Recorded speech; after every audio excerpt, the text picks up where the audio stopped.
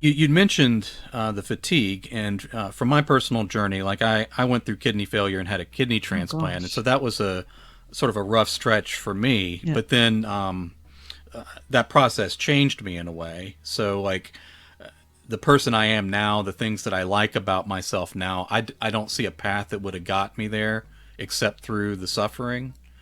Do you how do you view that time period where you were struggling with fatigue and may still be struggling with it? Is there have you found any sort of is it a thing that's integrated in your life, or do you feel like it's still kind of a thing weighing you down?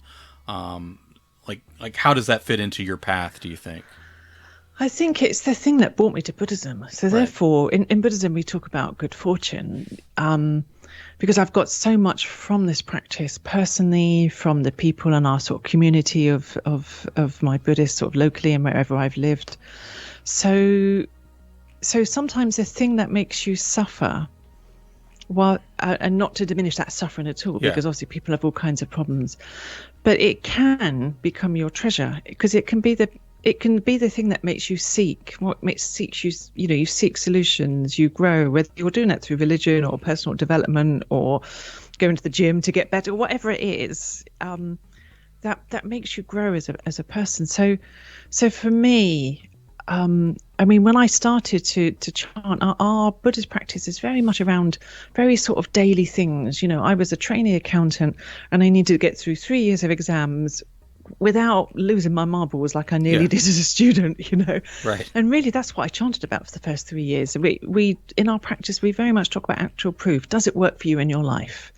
And so those sort of early 2 3 years of my practice were about, I have to do these exams, I have to pass these exams. And as each year went by, I did do it with far less stress than when my music Mm-hmm. degree as a student. So to me, that was proof of, oh, this is working for me.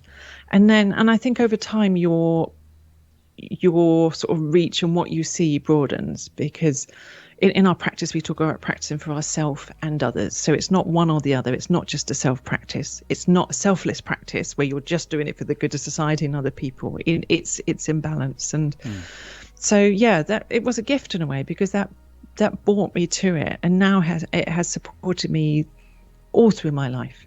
And whilst I still get a bit of fatigue now and then, it's nowhere near, it doesn't take me out in the way that it did then. It doesn't make me suffer. I get it a bit, but it's really not such a big deal these days. So yeah, it's sort of transformed.